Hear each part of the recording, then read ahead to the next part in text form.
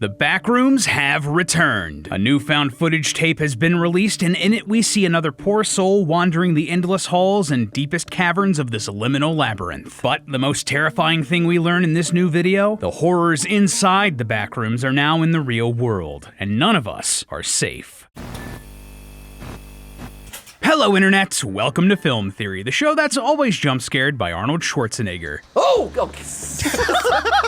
We are so back, baby! Found footage horror mastermind Kane has returned to his Backroom series with a new video, and it's a doozy. Believe it or not, it's been over a year since Kane uploaded his last Backrooms video, but that doesn't mean a lot hasn't happened with the franchise. Obviously, Kane had to go off and make his feature film with A24, but the actual Backrooms have also been found, like the original image that started the whole viral internet trend. Yeah, some truly dedicated internet sleuths were able to track down the original image to the website of a hobby town under renovation in Wisconsin in 2003. I mean, come on, the Backrooms would be in Wisconsin. Apparently, the building also used to be a furniture store, so the fact that it felt so weird, disjointed, and unfinished, it's because it literally was all of those things. The internet truly amazes me sometimes. But with that particular real-world mystery solved, Kane saw fit to finally come back to YouTube to give us new mysteries in his fictional world, with a brand new 45-minute upload packed with more new ideas, new spooks, and of course, new lore. Let me tell you, people were hungry for a new video and have been picking this apart frame by frame. Like so many other online, animated, or analog horror series, there's an awesome community of theorists dedicated to Kane's Backroom series, which you can find over at the rKanePixels Backroom subreddit and Kane's Facility Discord server if you want to get involved. And right now, it's our turn to jump back into it too. In case you don't know, our running theory here at Theorist is that the world of the Backrooms is sort of a simulation, like a video game or The Matrix. The real world is the topmost layer of this simulated reality, while the Backrooms is the layer beneath it, full of all the unfinished assets and procedurally generated levels that didn't end up getting used. And sometimes, people from the top layer of reality slip through or no-clip into the Backrooms, where they're more or less trapped forever. I still believe that this is the direction the series is headed, but this new video, Found Footage 3, it introduces so many new ideas that support our theory and should terrify Async and the people of the real world. You see, this is no longer just a series about people falling into the Backrooms, it's also one about the monsters of the Backrooms getting out into the real world. Yeah, put on your hazmat suits, chat, we have a lot to dig through here today. Found Footage 3 follows a man named Ravi as he hears strange noises coming from the downstairs of his house. As he investigates, he finds that a window has been broken and a massive hole has been punched into the wall of his basement. He cautiously enters it, but soon falls through the floor, no clipping into the Backrooms. Exploring the area, Ravi finds a strange, empty corporate area, incomplete homes with furnitures and stairways in odd places, a giant cityscape with skyscrapers that extend both up and down beyond what he can see, an industrial space with a lot of Chinese iconography, a makeshift radio tower, and a yellow office that looks oddly familiar. Fun fact, right here in the video, we see a recreation of the very first Backrooms image that went so viral. Notice the part of the wall at the bottom left part of the door? It's identical, so that's a fun little nod. Good job, Kane. Regardless, Ravi is chased by a mysterious new creature through these areas, a humanoid monster that sprints at him. He only barely escapes and eventually hides inside of a house where he can hear a man talking. He tries to speak to the man, and the man can hear him, and despite being in the same location, they can't see each other. The man tries to help Ravi, but fails, and, well, we're not exactly sure what happens.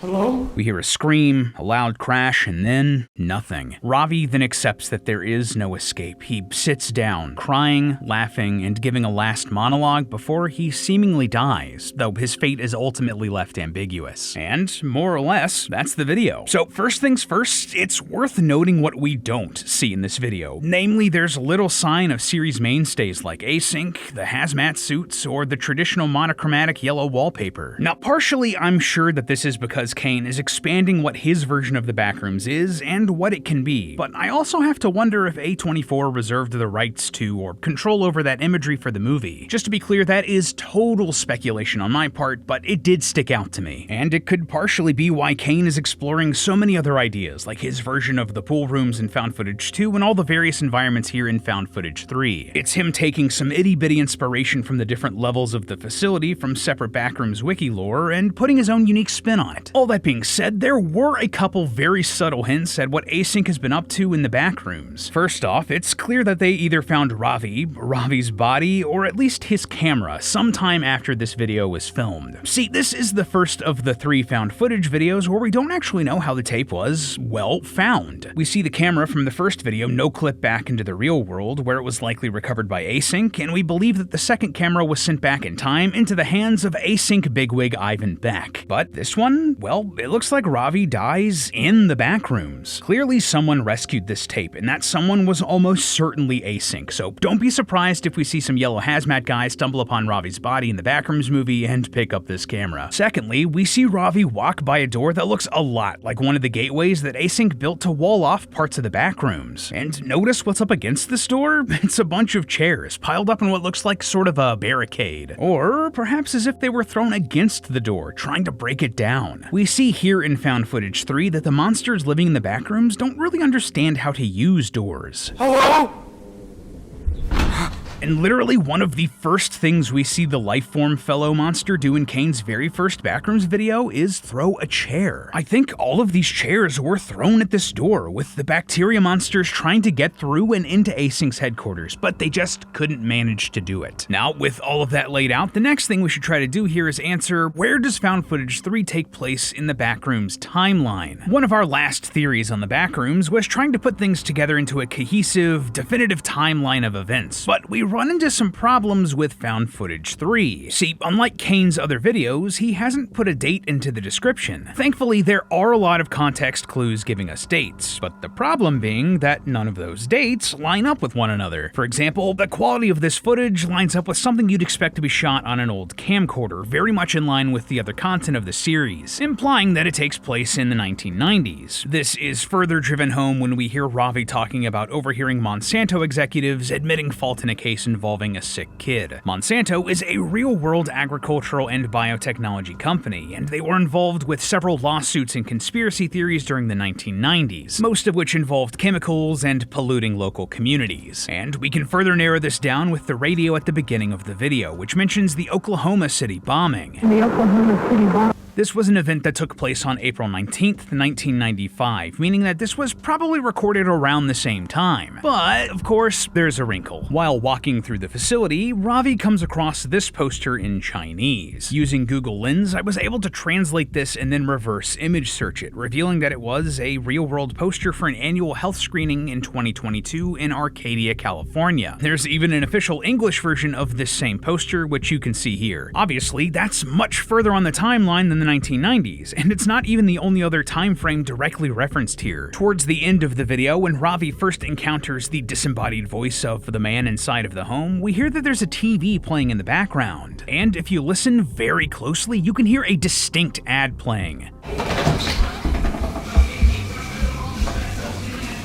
I don't know about you, but that soundbite was burned into my memory thanks to watching a copious amount of television in high school. And after a quick Google search of that exact quote, I found that this was actually part of an ad for FreeCreditReport.com that ran between 2007 and 2009. I was getting depressed because of all the stress I was feeling at home. Still a banger. Now, these are definitely the same clip. Listen to them back to back.